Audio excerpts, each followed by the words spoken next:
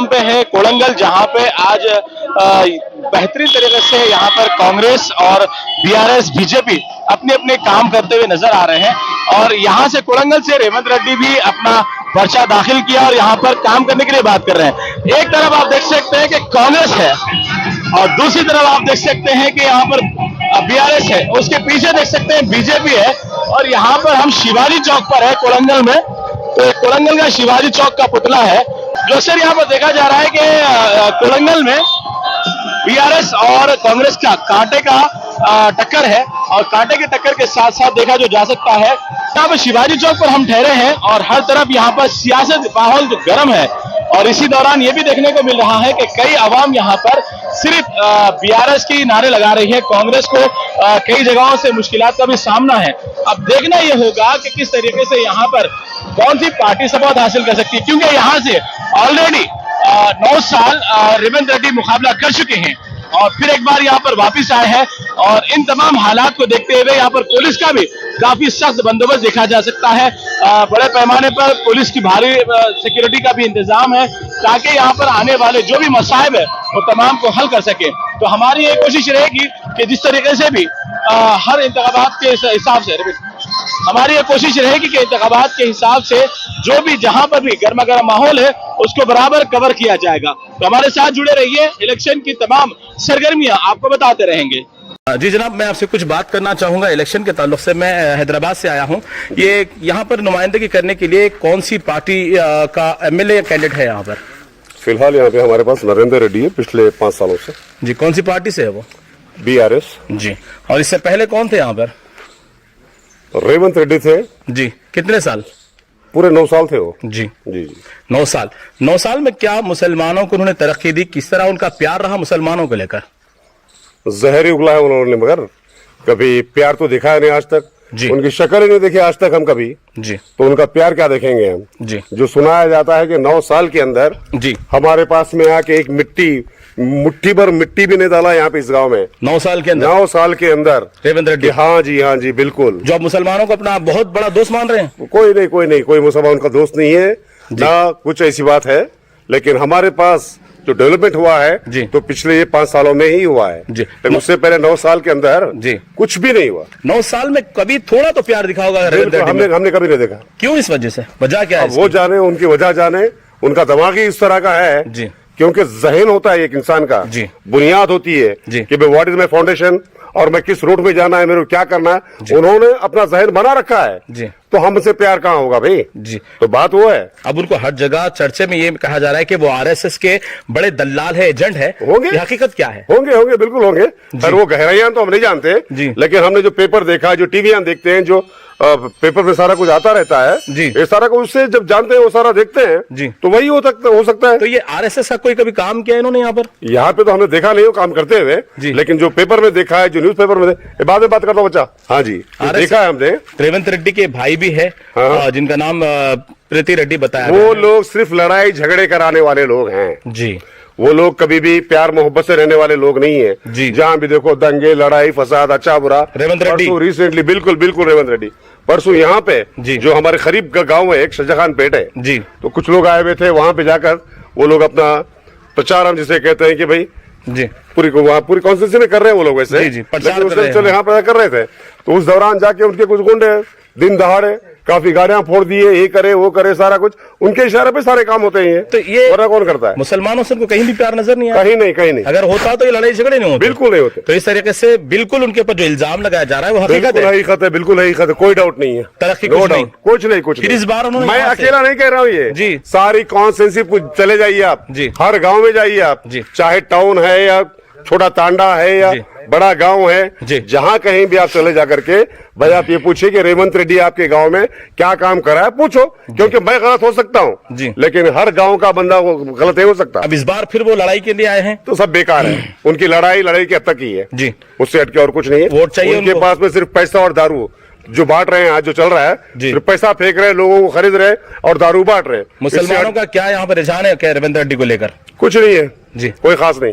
दूसरे जो मजहब के लोग हैं, हाँ देखिए, जब एक इलेक्शन होता है तो कुछ इधर कुछ उधर तो होते ही हैं, लेकिन परसेंटेज वहां पे कुछ नहीं है। क्योंकि एक कहावत है तेलुगु में जी। कि भाई सत्यमेव जयते।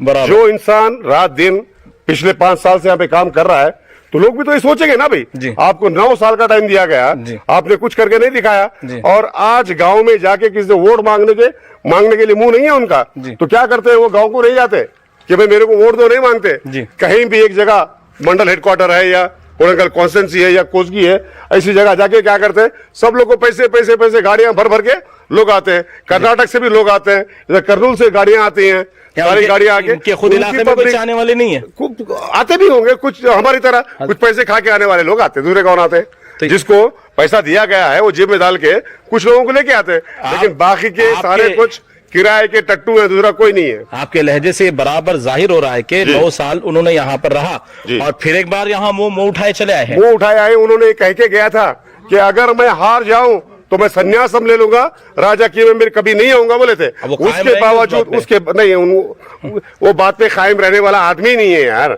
एक्चुअली है क्या, यहाँ से जो दवा दिए तो चले गए कहीं और, वहां बन गए एमपी, उसके बाद फिर आए यहाँ पे कि नहीं मेरे को सीएम बनना है, पहले एमएलए तो बनो ना यार, उसके बाद में देखेंगे।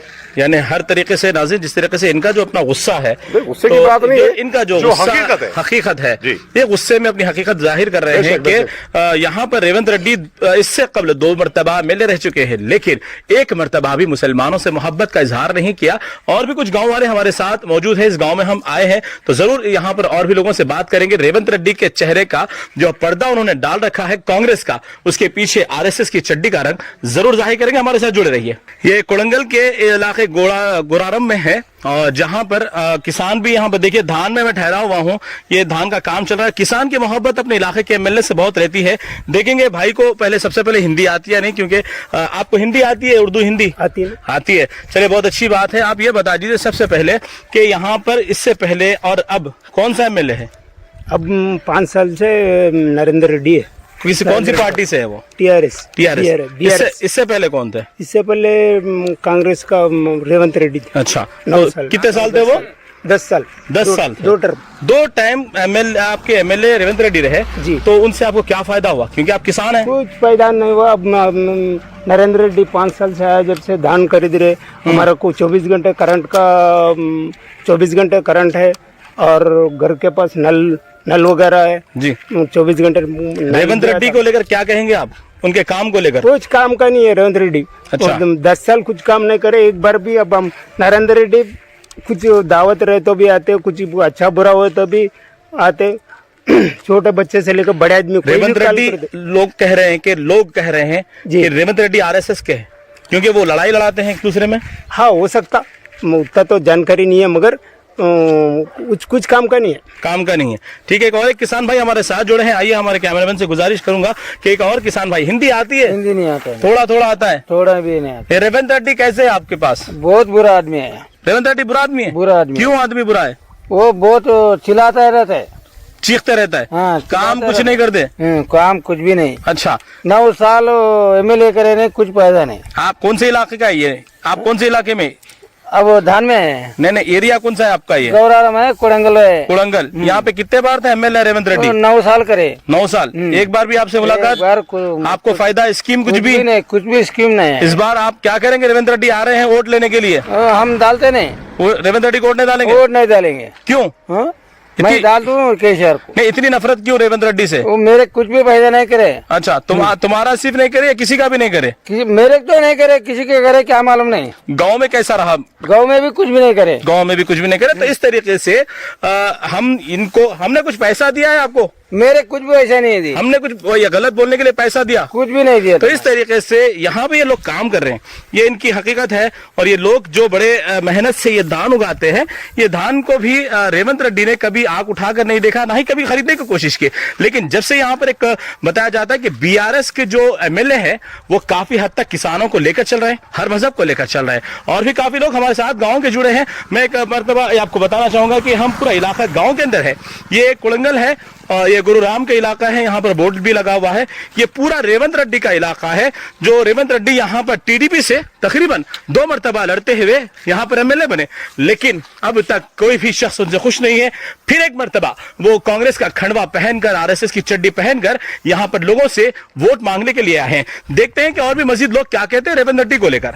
तो नाज़रीन, इस तरीके से हम ये बताने आए हैं कि जिस तरीके से रेवंत रेड्डी अपने इलाके में जो 9 साल एमएलए रहे और इसके बाद फिर एक मरतबा कांग्रेस का खंडवा पहन कर यहाँ पर आए हैं और उन्हीं की गली कूचों में फिर रहे हैं, जहाँ पर 9 साल रेवंत रेड्डी खुद एमएलए रहे, फिर एक मरतबा एमएलए के लिए यहाँ पर वो कॉन्स्टिट्यूंसी में आवाम से वोट मांगने के लिए आए हैं। तो उनकी हकीकत क्या है जानने की कोशिश करेंगे। कुछ यहाँ पर गाँव में है। एक मिनट भाई, बात करना है आपसे। जी, अस्सलाम वालेकुम जी। ये सबसे पहले बताइए, इलाका कौन सा है, किसका है?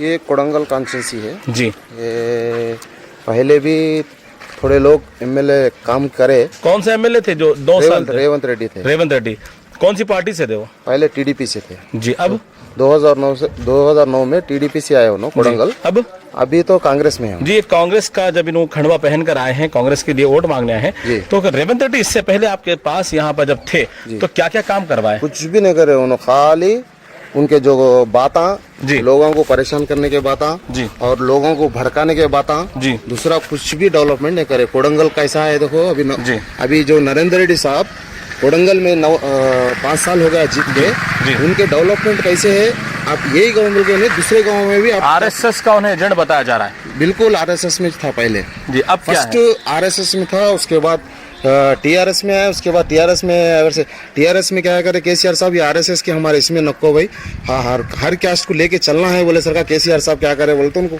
हटा दिया। यहाँ कभी हिंदू मुस्लिम का फिसाद रेवंत रेड्डी की जानिब से हुआ? यहाँ इससे पहले हुआ, अभी 5 साल से तो कोई गड़बड़ तो नहीं है। कौन से 5 साल से यहाँ पर? ये 5 साल से नरेंद्र रेड्डी साहब है। कौन सी पार्टी से? TRS party. तो रेवंत रेड्डी को लेकर आवाम का यहाँ पर कैसा रुझान है गाँव में आपके? कुछ भी नहीं है, उन्होंने सिर्फ खाली बातें खानी है उन्होंने, सिर्फ बात बोलना, लोगों को भड़काना, लोगों को लड़ाई लगाना एक दूसरे में।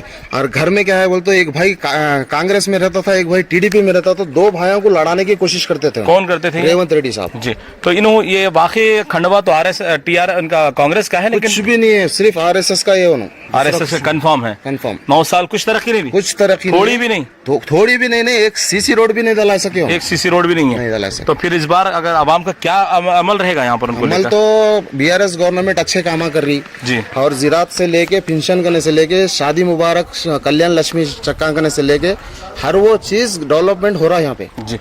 तो इस तरीके से रेवंत रेड्डी साहब से तो कुछ होने वाला नहीं है और कोडंगल की आवाम भी कोई भी उनको सपोर्ट करने वाले नहीं है। एक आरएसएस का नंबर 1 कीड़ा है जी, आरएसएस के कीड़े हैं बस। तो आपने खुला देखा है कि हम यहाँ पर पहुंचे, अचानक इनसे मुलाकात हुई और ये अपनी बरहमी का इजहार करें, कोई तरक्की नहीं हुई और तरक्की करनी भी नहीं। इसकी मिसाल बता दूं कि आप थोड़ा सा यहाँ पर बता दें कि नीचे की हालत देखिए, ये अभी तक नाले खुले पड़े हुए हैं और यहाँ पर काफ़ी इसके अंदर जो बताया जा रहा है कि एक भी रोड नहीं पड़ी। तो इसकी हकीकत सामने है।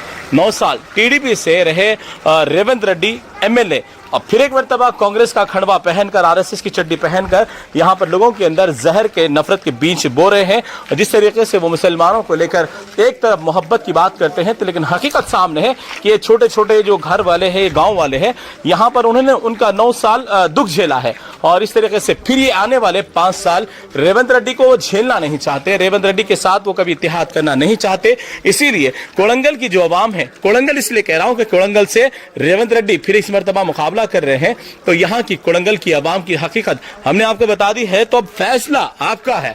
2023 की 30 नवंबर को जो इंतखाबात होने वाले हैं और 3 दिसंबर को जो इंतखाबात की हकीकत सामने आएगी, तो आपके अगर 5 साल के मुस्तकबिल बचाना चाहते हैं तो इस हकीकत को जान ले कि इन्होंने 9 साल में यहाँ पर खुद अपनी कॉन्स्टिट्यूंसी में कुछ नहीं किया, तो तेलंगाना का क्या भला करेंगे। हमारी 2023 के इंतखाबात की खास रिपोर्ट के साथ जुड़े रहिए।